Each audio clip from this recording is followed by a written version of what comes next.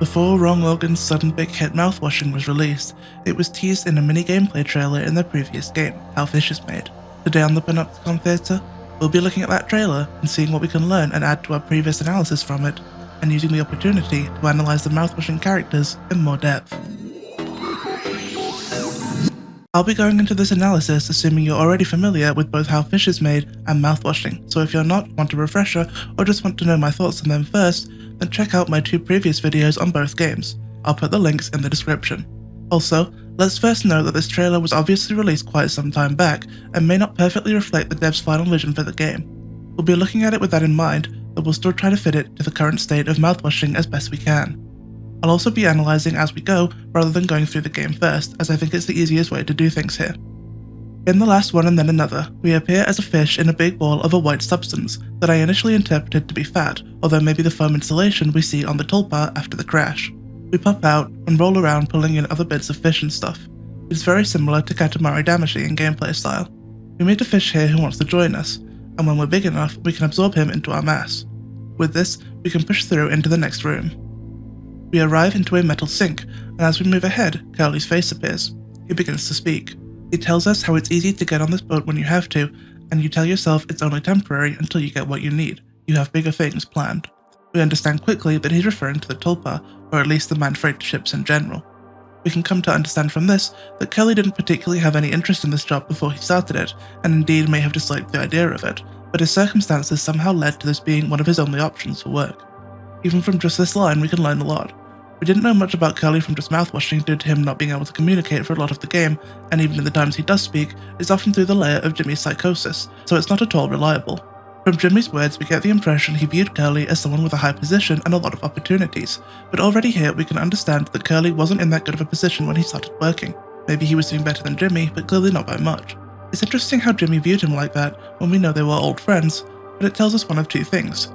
Either Jimmy was far too self-centered to notice Curly was also having trouble financially or with work, or that Curly wasn't showing that outwardly in the way Jimmy seemed to. Actually, both of these things could be true at once. It also makes it clear that the freighter work was not desirable to the general population, which we could have guessed anyway. Neither are long-haul trucking and other such jobs in real life. Then suddenly you're 1 year in, 5 years, 10. First I couldn't stand the constant noise, now I can't sleep without it. A lot of things can't follow you out here, but it also means the outside world moves on without you. Won't even notice until it's too late. Easy to get on, hard to leave. Here, it solidifies that Curly had something going on back home that he wanted to escape, though who can say exactly what. But much like Jimmy, he also had things he didn't want to ride on his back, though Jimmy didn't see that. The latter half of this comments on the aftermath of the crash and how it's pretty certain nobody's coming to get them. The only people that might have realised something was wrong fast enough to get them help were Pony Express, which aside from just having gone under, were also certainly not the best employers. Any personal connections back home, specifically Daisuke's parents and Swansea's family, by the time they realised something was wrong and their loved one wasn't coming home, they wouldn't have time to rescue them before it was too late, never mind having access to the tools to do so. We don't know how accessible space travel is in this world, but I can't imagine it's the easiest or cheapest thing to do, especially at short notice. They were basically in between the 2 points of travel, and we can assume there's little else nearby. Even with the pods, and even if nothing had happened that resulted in their deaths from other sources, I don't think anybody was ever getting to them before they starved to death. Never mind the fact that no matter what, one of them wasn't coming home. Even if all the pods survived, they only had 4 of them. Now, before we move on to the next fish, I want to say first that I interpret the fish we play as, or rather the fish ball, as representing Jimmy. He clearly has an aggressive hunger to get what he wants, and will take it by force if it's withheld from him. We see that of course in Mouthwashing many times, and that's reflected here in the upcoming fish in how he will pull the fish into his mass regardless of what they want. He takes what he wants, draws it into him like a black hole, but the more he takes, the more he forces what he wants out of others, the more problems pile up and snowball, if you will. I'll talk a little more on this later, but for now, I'll be going ahead with that interpretation applied.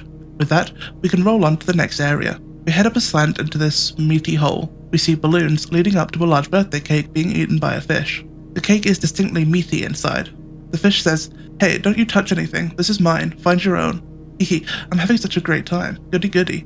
Who knew such a thing existed? Who knew how good it could be? Shiny, shiny, shiny, I got the shiny on the inside, nothing can compare." When you ask him to come with you, he denies, saying he doesn't need you to get big, but you forcefully consume him. To me, this fish represents Swansea. We have the crossover of the depiction of a form of overconsumption, Swansea with alcohol, this fish with the cake, and also the cake being meaty could connect to the overconsumption of specifically things that are secretly bad for you, or have a hidden element, like the cocktail Jimmy and Daisuke used to drug him. The fish is happy eating away at the cake and has no interest in whatever is going on with you, just as Swansea was happy to just drink and ignore whatever was going on with the others on the ship. The fish's comments on how happy this makes him tied to Swansea's monologue about how the days where he was constantly drunk and out of it were the best days of his life. I'm not sure on his comment after you consume him. No, I'm the biggest fish, I should be eating you.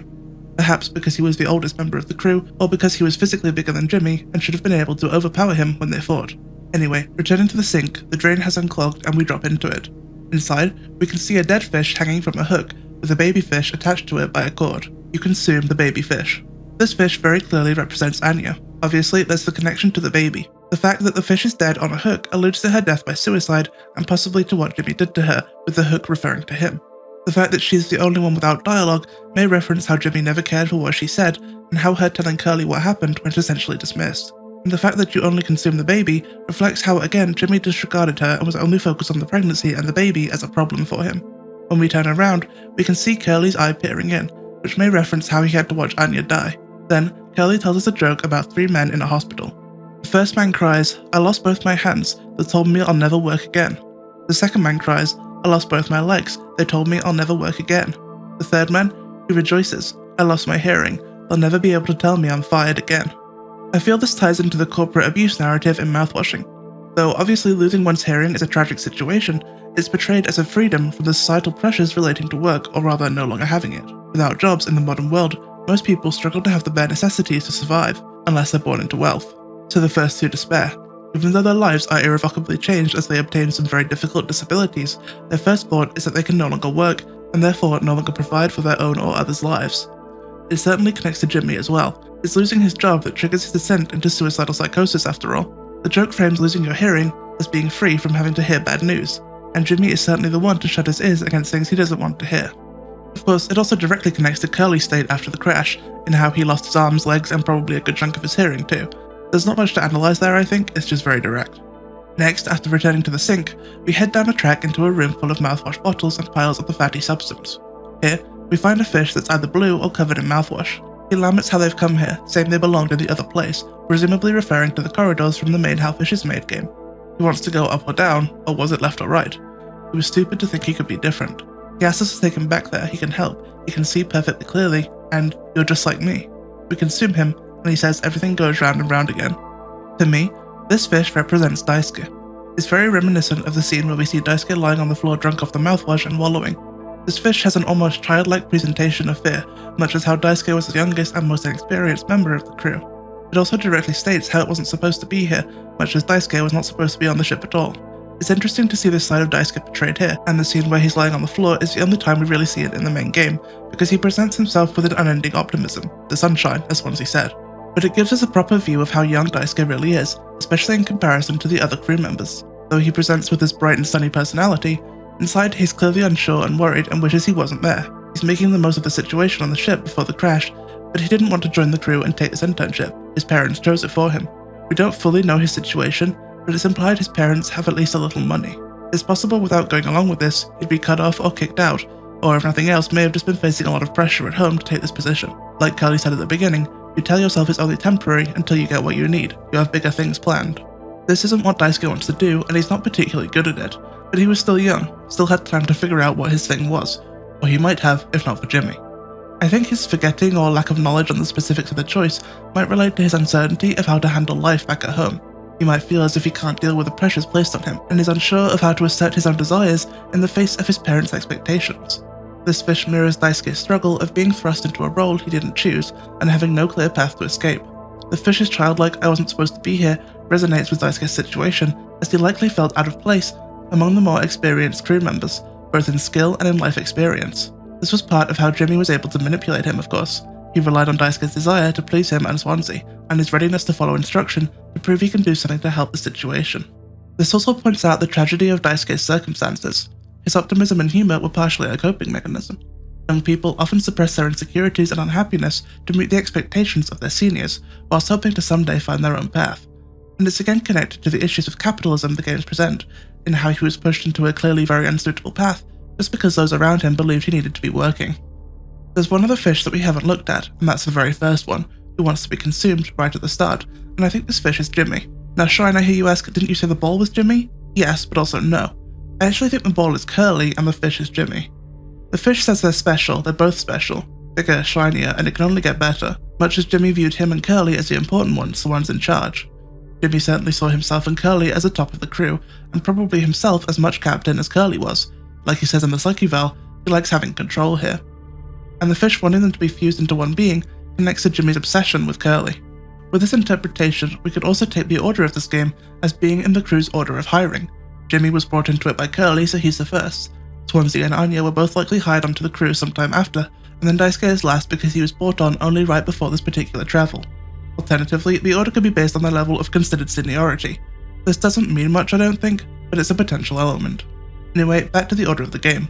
After leaving the mouthwash area, we once again get a Curly speech.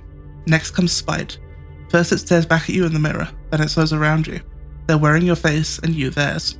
I interpret these lines as being about Curly being aware and feeling responsibility for what happened to the crew, and seeing how the effects of his negligence affected both himself and the rest of them. You know, he joined because of me. What were the words I used?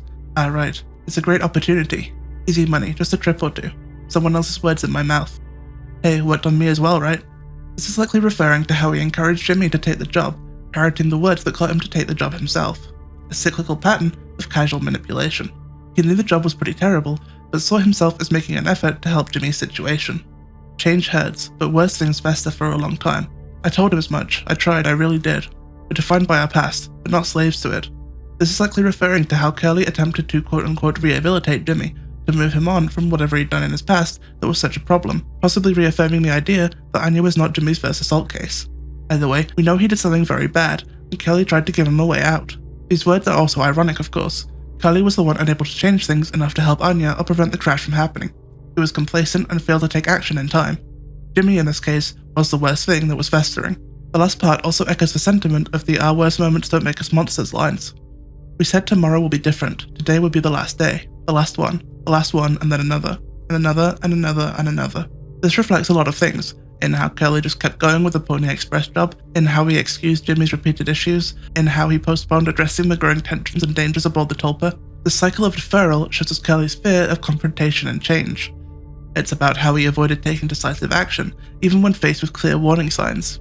Jimmy's behaviour, Anya's distress, Daisuke's lack of skill and him being put on the ship despite the lack of additional supply allowance being made for him, and the deteriorating morale of the crew. Each delay allowed the situation to fester until it spiraled out of control.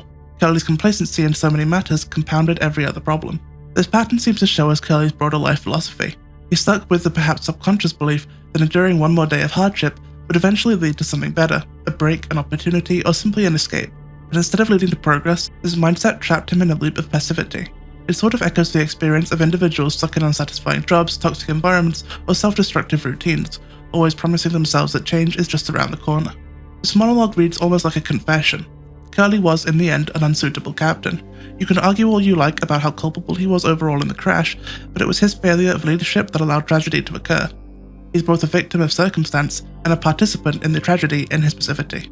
Curly was trapped by forces above him, that of Pony Express, and above that of capitalism itself.